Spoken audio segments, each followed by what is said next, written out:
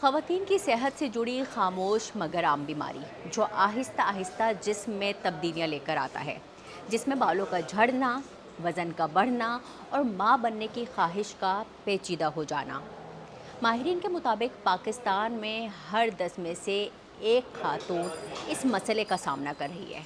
आइए जानते हैं कि PCOS है क्या और ये किस तरह ज़िंदगी को मुतासिर करता है। kg, 3 kg हम वेट्स करें तो that's very helpful. Come on.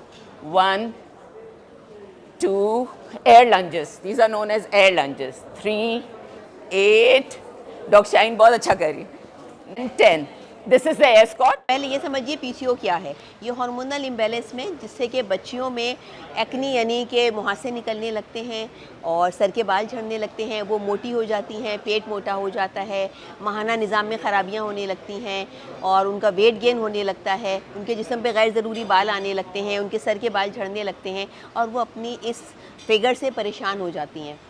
इसमें हार्मोनल इम्बैलेंस होता है, यानी हार्मोनल इम्बैलेंस की वजह से ये बीमारी जो है ये बहुत ज़्यादा इफ़ेक्ट करती है।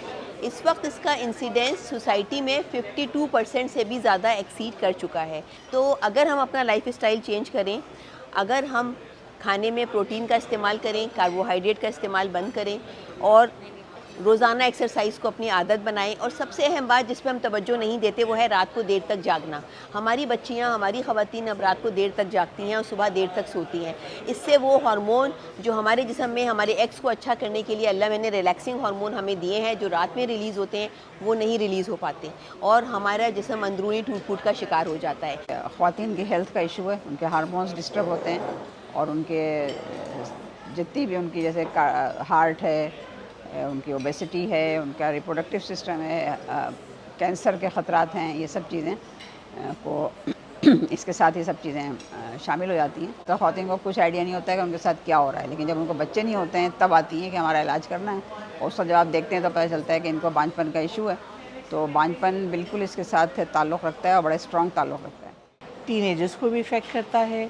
फिर उसके बाद फर्दर आप ग्रो हो जाएं, आपकी पूरी रिप्रोडक्टिव एज है 15 ईयर्स से लेके 49 तक, वहाँ पर भी इफ़ेक्ट करता है।